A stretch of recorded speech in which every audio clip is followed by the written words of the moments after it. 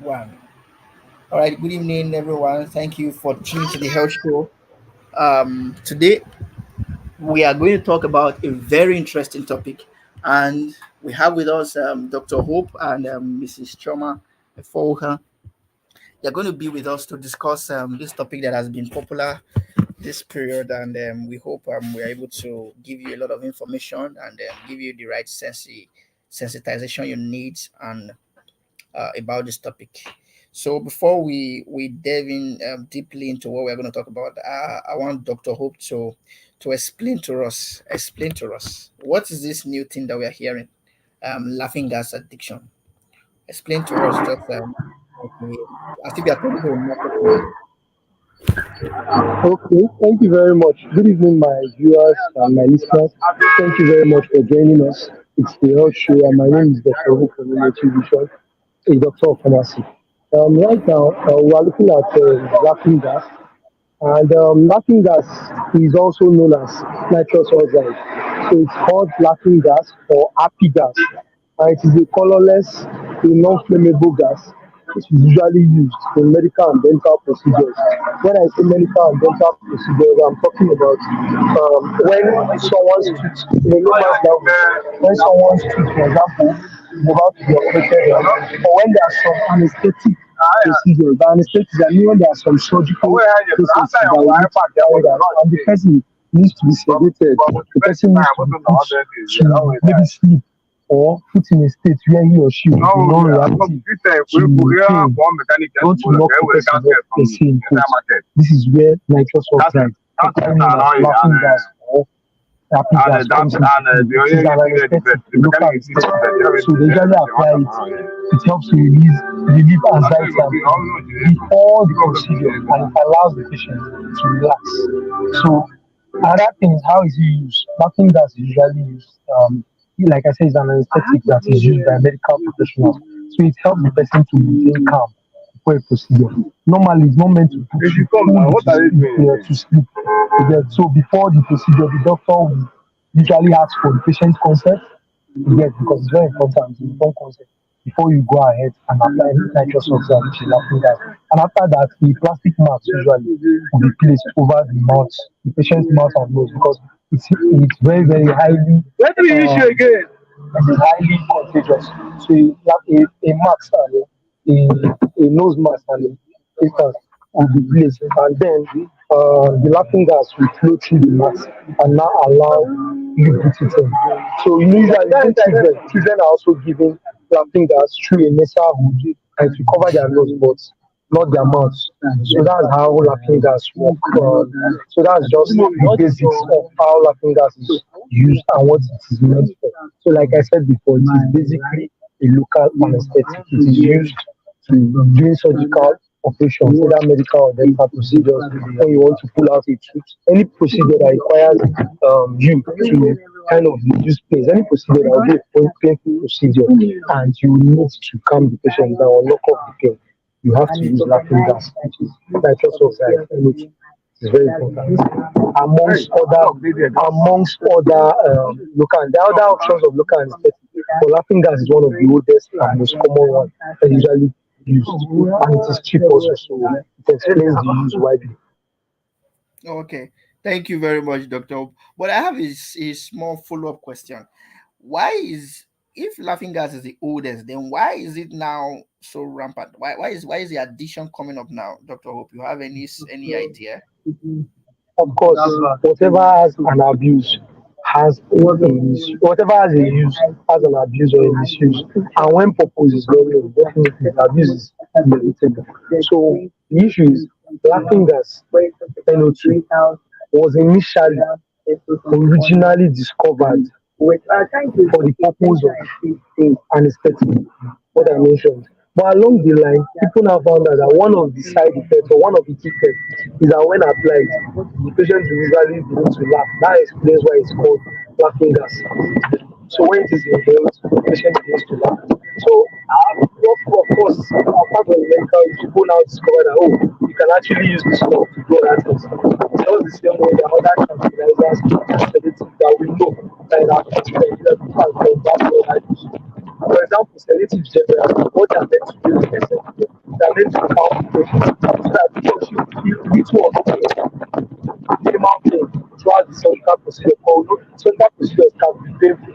never put the tooth just like I have, you will not have them. It is one of the worst experiences. I am trying to imagine any other experience that would relate to that, but it's one of the worst I can think of.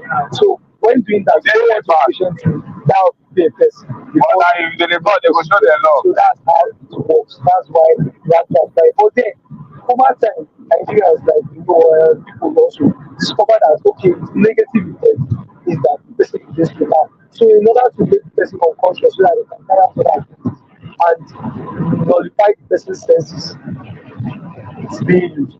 And there have been cases of robbery and other things where people use it. And when you spray it, the person needs to laugh. There is another one known as tear gas. I think you supposed to know that one. It's also used. So it's just used to not that the other one comes out of the attack. No, like that is as a new gas can never but the positive is better offer. That gas can never but that to dry for there.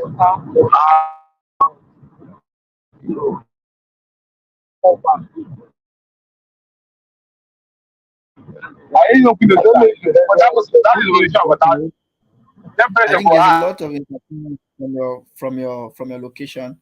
I guess maybe you're on transit. We really hope to get you clearly. But meanwhile, let's move on to our next guest. I have a question for our guest. Laughing gas.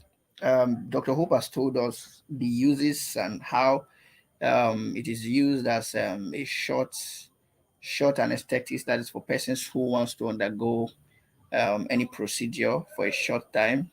It is used to numb to prevent pain, and then it has the effect of making someone laugh. So I want to ask, does this laughing gas have any side effects, any effect on people who use it if they are not using it for the anesthetics for the purpose of it, like for the purpose of which it is was made? Is there any side effect if you use it without that purpose? Yeah. Good evening, everyone. Good evening, my listeners. For this nitrous oxide discussion, the first time I came across it was on Twitter. I just passed by a video where some guys were blowing balloons. I didn't even know what was wrong. Just felt like these guys are just blowing balloons. What's wrong with them, adults and all of that? Until I saw a comment about how things are killing young people of our time.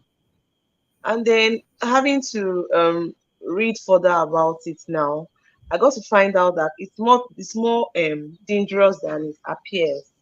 I know there's this 30 seconds of euphoria, happiness, lightness, and all of that that people tend to gain from it, but then it now has a long lasting side effect on the brain. And that's what now usually leads to the addiction. Aside the effect on the brain, I also noticed that it also can lead to paralysis. And then I heard that in the US, where it's more rampant, that they've been admitting more cases of young people that are down with paralysis, numbness of their lower limb, and not being able to use it because it affects the spine and the nerves.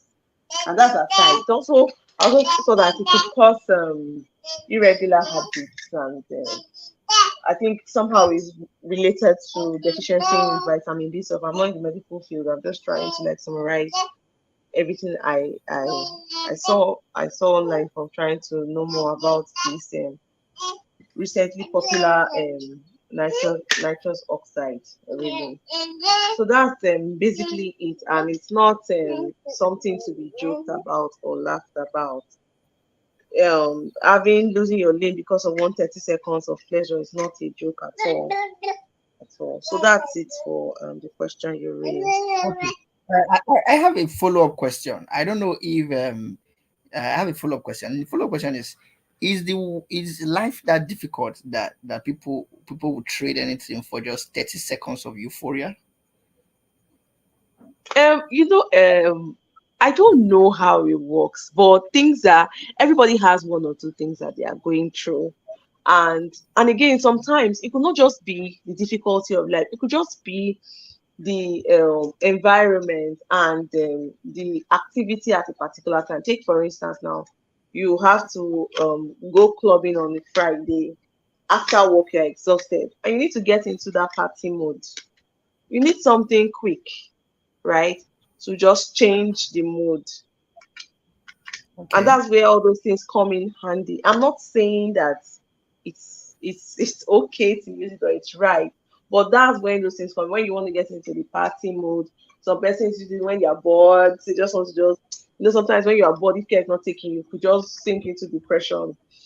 And some persons just take advantage of it and sorry, I reach out, yeah. And then just want to just get those seconds of pleasure and like that. It might not even be depression or the state of anything, because everybody is good. Another thing about these things, these addictive drugs, is that somehow, if at all it was even initiated by depression, it feels like the depression gets worse after you take it the first time. So you have to now be dependent on it, and then so you wreak havoc. Okay. Okay. So you're saying many times it may not be depression or life issues. It may just be peer pressure that makes one indulge in Yeah, these. yeah, that's what I mean. Peer pressure. Okay. Okay. Dr. Hope, I don't know if your location is now better. Can you say something so I know? Hello, Dr. Hope. Dr. Hope, are you there?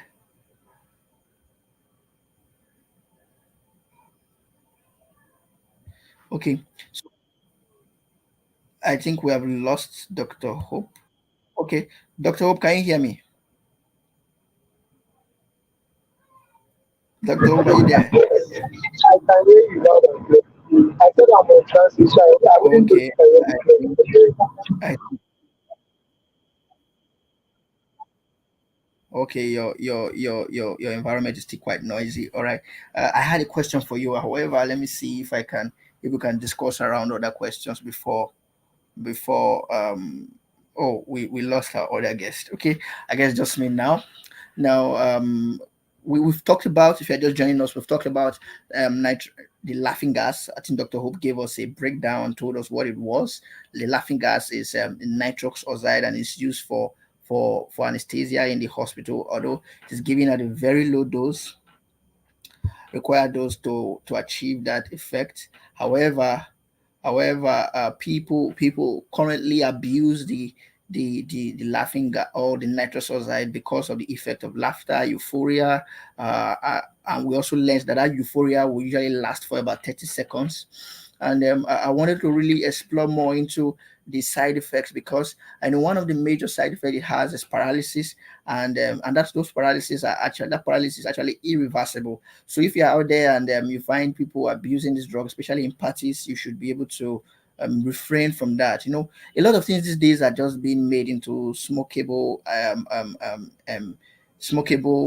formulations that can be easily absorbed. For example, we have shisha with different flavors, with different drugs imputed into them, and then now we now have nitrous oxide that are being inhaled from balloons. So, Dr. Hope, if you can hear me, I don't know. Okay, let me throw this question to Mrs. Choma instead. So we understand that nitrous oxide is repackaged in balloons. It's used to inflate balloons and then used for parties. So what do you think? Should we stop using nitrous oxide for balloons, or what are your suggestions in order to address this menace and prevent unsuspecting individuals from indulging in this act?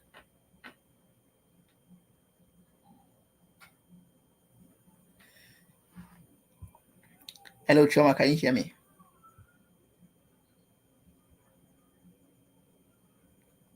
Yeah, Hello. I can hear you. I don't think you can completely stop the use of nitrous oxide Okay. because it has its own use. It has its own advantage. But Okay. Oh, we are sorry. We are I sorry. You have a baby issue there.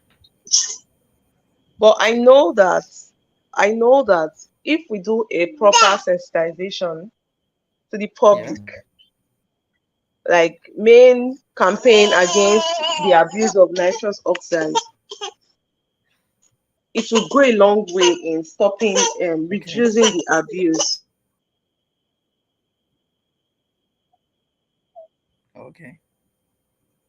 Okay. Why you tend to your baby? I think in order to add to that, I believe Dr. Hope mentioned that the nitrous oxide has been in use for many years, and I think last time I checked was about 250 years till now, and it has actually been helpful. So the abuse coming up now is not new. So what we'll have to do, just like was mentioned by Mr. Choma, is sensitization on the side effects of these drugs, of inhaling it, and and how to help people understand that um the 30 seconds euphoria is not enough to waste your life on. The 30 seconds euphoria is not enough to waste your life. So I have a question for Dr. Hope. I don't know. Can you tell us more, or apart from this paralysis, what other transient side effects comes with inhaling nitrous oxide, especially owing from the fact that they taking a lot of all these doses, they're taking a lot of nitrous oxide in order to get this euphoric feeling. You understand? All right. So, Dr. Hope. Therefore, okay, therefore, you have to talk about that therefore. Yes, we can hear you. You don't happen. Sorry, You just take off of them. Everyone will happen. Even though they're not, even though they are happy, they want to watch nothing. At the end, later, they see better. They are nothing.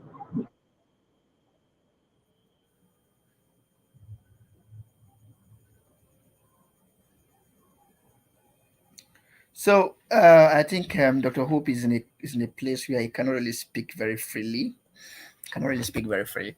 I will just ask Ms. Choma to give maybe her closing remarks before closing comments before we wrap up this live stream. So, Ms. Choma. Okay, so Oh, we lost Ms. Choma. All right, my viewers, thank you very much for your time. I really appreciate. But we'll try to ensure we address all of these inconsistencies in our next live stream. We'll try to get good background for those of our speakers that'll be joining us, and we'll try to ensure to also get much more personnel, resource persons to talk to us about our topics, so we'll be able to make it much more robust than this. So we apologize, and see you in our next stream. Bye bye.